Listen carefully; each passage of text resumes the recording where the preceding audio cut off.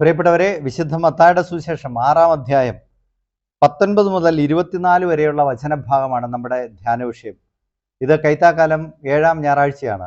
ഈ ഞായറാഴ്ച നമുക്ക് ധ്യാനിക്കാൻ തിരുസഭ നൽകിയിരിക്കുന്ന സുവിശേഷ ഭാഗം ഇതാണ്. ഈ ഭാഗത്തിൻ്റെ മുഖ്യ പ്രതിപാദ്യം കണ്ണ് ശരീരത്തിൻ്റെ വിളക്കാണ് എന്നുള്ളതാണ്. രണ്ടാമത്തത്, ഈശോ പറയുന്നു, ഈ ഭൂമിയിൽ നിങ്ങൾക്കായി നിക്ഷേപങ്ങൾ കരുതി വയ്ക്കരുത്, സ്വർഗത്തിൽ നിക്ഷേപങ്ങൾ കരുതി വയ്ക്കുവിൻ. 2 യജമാനന്മാരെ സേവിക്കുക സാധ്യമല്ല. ഈ 3 കാര്യങ്ങളാണ് ഈശോ ഇവിടെ പറയുന്നത്. ഈ ഭാഗം മലയിലെ പ്രസംഗത്തിലെ ഒരു ഭാഗമാണ്. ലോകത്തിൻ്റെ ധാർമ്മികതയെ, സാഹിത്യത്തെ ഒക്കെ ഏറ്റവും അധികം സ്വാധീനിച്ച വചനഭാഗമാണ് ഈ സുവിശേഷ ഭാഗം.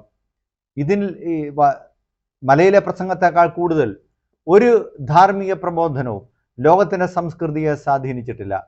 ഞാൻ ഓർക്കുന്നത്, ഞാൻ ഒരിക്കൽ ഇത് ഗിരിപ്രഭാഷണമെന്ന് മലയിലെ പ്രസംഗമെന്ന ഈ ഭാഗത്തിന് പേരിട്ടത് തന്നെ അഗസ്തീനോസ് പുണ്യാളനാണ്.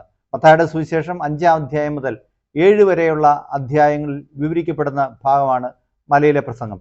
ഞാൻ ഒരിക്കൽ ഒരു പൊതുവേദിയിൽ മലയിലെ പ്രസംഗത്തെക്കുറിച്ചും അതിൻ്റെ ശ്രേഷ്ഠതയെക്കുറിച്ചും പറയുമ്പോൾ, ആ ക്ലാസ് തീർന്നിട്ട് പുറത്തിറങ്ങി വരുമ്പോൾ, നമ്മുടെ ഒരു KCYM-കാരൻ, SMIM-കാരൻ, ഒരു യൂണിറ്റിൻ്റെ സെക്രട്ടറിയാണ്, പുറത്തിറങ്ങി നിന്നിട്ട് എന്നോട് പറഞ്ഞു, അച്ഛാ, ക്രിസ്ത്യാനിറ്റി ഈശോയും ഇതുമാത്രം പ്രൊജക്റ്റ് ചെയ്ത് പറയേണ്ട കാര്യമുണ്ടോ?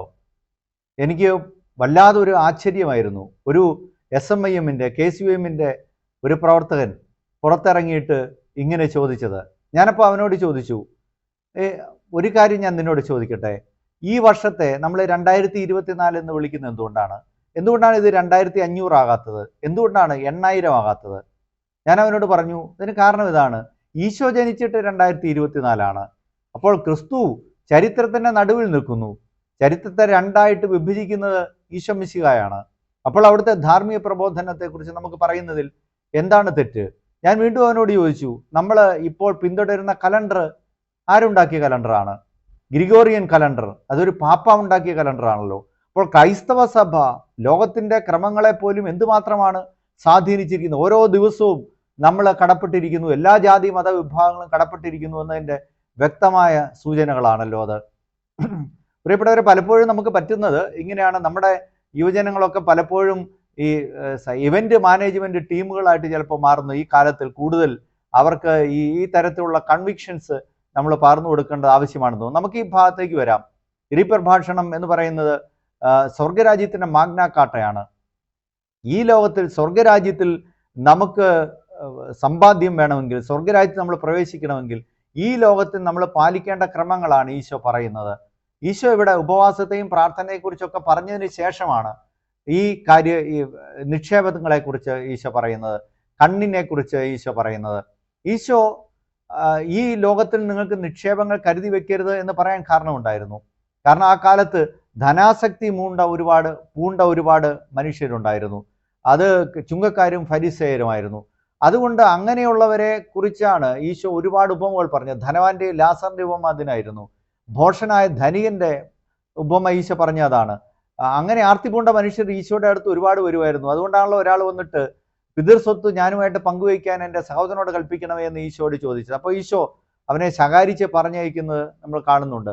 അപ്പോൾ ആ തരത്തിൽ ഈശോ ഈ ലോകത്തിലെ ധനത്തെക്കുറിച്ച്, പണത്തെക്കുറിച്ച് ഒക്കെ ആർത്തിപൂണ്ടവരെയെല്ലാം ഈശോ ശകാരിക്കുകയും അത് തിരുത്തുകയും ചെയ്തു. അതിൻ്റെ ഭാഗമായിട്ട് തന്നെയാണ് ഈ മലയിലെ പ്രസംഗത്തിൽ ഈശോ പറഞ്ഞത്, ഈ ലോകത്തിൽ നിങ്ങൾ നിക്ഷേപങ്ങൾ കരുതി വയ്ക്കരുത്, അത് തുരുമ്പും കീടങ്ങളും നശിപ്പിക്കും. സ്വർഗത്തിൽ നിങ്ങൾക്കായിട്ട് നിക്ഷേപങ്ങൾ കരുതി വയ്ക്കുവിൻ. നിങ്ങളുടെ ഹൃദയം എവിടെയോ അവിടെയായിരിക്കും നിങ്ങളുടെ നിക്ഷേപം, എവിടെയോ അവിടെയായിരിക്കും നിങ്ങളുടെ ഹൃദയവും.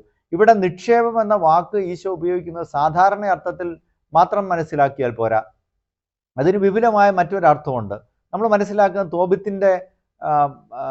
തോബിത്തിൻ്റെ പുസ്തകത്തിൽ 4-ാം അധ്യായം 8-9 വചനഭാഗങ്ങളിലാണ്. അവിടെ പറയുന്നു, സമ്പത്ത് കാലത്ത് ദാനധർമ്മം ചെയ്യുവിൻ, അത് ദാരിദ്ര്യകാലത്ത് നിങ്ങൾക്കുള്ള നല്ല നിക്ഷേപമാവും. പിന്നീട് പ്രഭാഷകന്റെ പുസ്തകത്തിൽ 29-ാം അധ്യായത്തിൽ 12-ാം തിരുവചനത്തിൽ നമ്മൾ കാണുന്നുണ്ട്, ദാനധർമ്മം നിങ്ങൾക്കുള്ള നല്ല നിക്ഷേപമാണ്, അത് ഒരുപാട് തിന്മകളിൽ നിന്ന് നിങ്ങളെ രക്ഷിക്കും. അപ്പോൾ ഈശോ ഉദ്ദേശിക്കുന്ന നിക്ഷേപം എന്ന് പറയുന്നത് നമ്മുടെ സമ്പത്ത് നിസ്സഹായരും നിരാലംബരുമായിട്ടുള്ള ആളുകൾക്ക് വേണ്ടി കൂടി വ്യയം ചെയ്യുന്നതാണ്. ആ ഒരു വ്യയം ചെയ്യലിൻ്റെ നിക്ഷേപമാണ് എനിക്ക് ഈ ലോകത്തിനപ്പുറത്തേക്ക് വലിയ സമ്പാദ്യമായിട്ട് മാറുന്നത്. അത് ഈശോയുടെ ശിഷ്യനായ തോമാസ് ലേയായും നമുക്ക് കാണിച്ചു തന്നിട്ടുള്ളതാണല്ലോ. ഈയുടെ ശിഷ്യനായ തോമാസ് ലേയ ഇന്ത്യയിൽ വരുമ്പോൾ ഗുണ്ടഫർ എന്ന് പറയുന്ന രാജാവിനെ കാണുന്നു. രാജാവ് ഒരു കൊട്ടാരം പണിയാൻ വേണ്ടി തുക ഏൽപ്പിക്കുന്നു. നമ്മൾ പിന്നെ ആ ചരിത്രത്തിൽ വായിക്കുന്നത് എങ്ങനെയാണ്? ആ തുക തോമാസ് ലേയ പാവങ്ങൾക്ക് വിതരണം ചെയ്തു. അവസാനം ഈ രാജാവിൻ്റെ മകൻ അപകടാവസ്ഥയിൽ ഒരു സ്വപ്നം കാണുന്നു, സ്വർഗത്തിൽ ഒരു കൊട്ടാരം പണിതിരിക്കുന്നു. അപ്പൊ സ്വർഗരാജ്യത്തിലേക്കായി രാജാവിന് നിക്ഷേപങ്ങൾ വാങ്ങിക്കൂട്ടിയ ആളായിട്ട് തോമാസ് ലേയായെ നമ്മൾ കാണുന്നു. രണ്ടാമത് ഈ ഭാഗത്ത് കണ്ണ് ശരീരത്തിന്റെ വിളക്കാണെന്ന് ഈശോ പറയുന്നു. അത് പഴയകാലത്തെ ഒരു ചിന്തയായിരുന്നു. നമ്മുടെ മനോഭാവങ്ങളെ പ്രതിഫലിപ്പിക്കുന്ന നമ്മുടെ കണ്ണാണ്. നമ്മൾ അനുകമ്പയും ആർദ്രതയും ഉള്ളവരാണെങ്കിൽ നമ്മുടെ കണ്ണിൽ അത് കാണാം.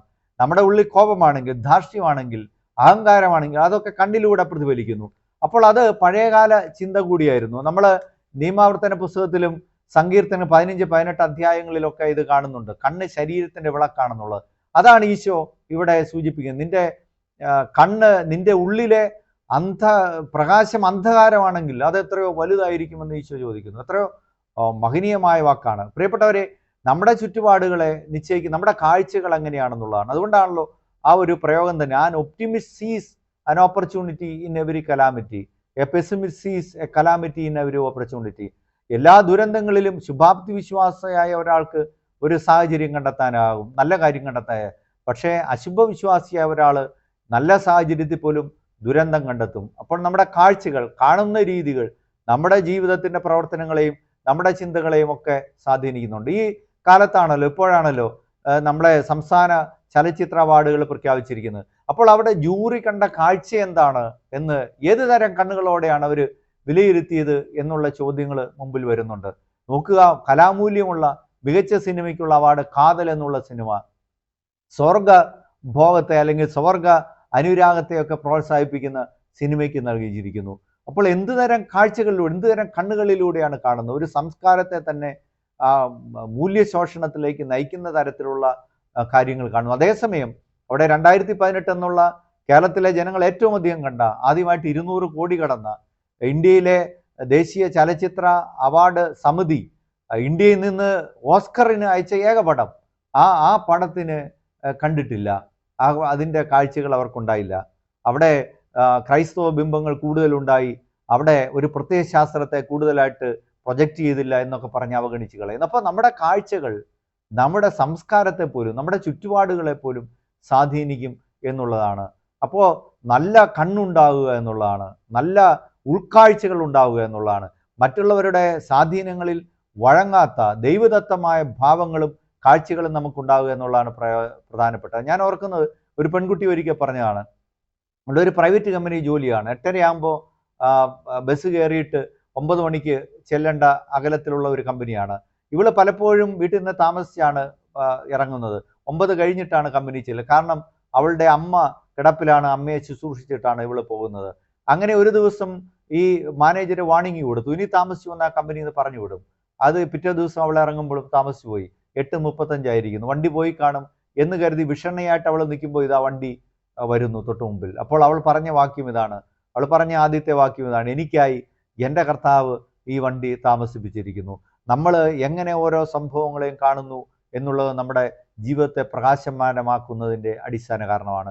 ഫ്രാൻസിസ് പാപ്പ യുവജനങ്ങൾക്കായിട്ട് എഴുതിയ ക്രിസ്തുസ് വിവിത്ത് എന്ന് പറയുന്ന അപ്പസ്തോലിക ആഹ്വാനത്തിൽ ഫ്രാൻസിസ് പാപ്പ പറയുന്ന മനോഹരമായൊരു നിർവചനം വിശ്വാസത്തിന് വേണ്ടി കൊടുക്കുന്നത് എങ്ങനെയാണ്? വിശ്വാസം എന്നാൽ ക്രിസ്തു കണ്ടതുപോലെ കാണുക എന്നുള്ളതാണ്. നോക്കുക, എത്ര ശ്രേഷ്ഠമാണത്. അപ്പോൾ ഈശോ കണ്ട പോലെ, ഈശോയുടെ കണ്ണുകളോടെ നമ്മൾ കാര്യങ്ങളെ നോക്കിക്കാണുന്നതാണ് വിശ്വാസം എന്ന് പറയുന്നത്. പ്രിയപ്പെട്ടവരെ, ഈ സുവിശേഷ ഭാഗം നമ്മുടെ മുമ്പിൽ അവതരിപ്പിക്കുന്ന പ്രധാനപ്പെട്ട ആശയങ്ങൾ ഇതെല്ലാമാണ്. ഈശോ നമ്മെ അനുഗ്രഹിക്കുന്നത്.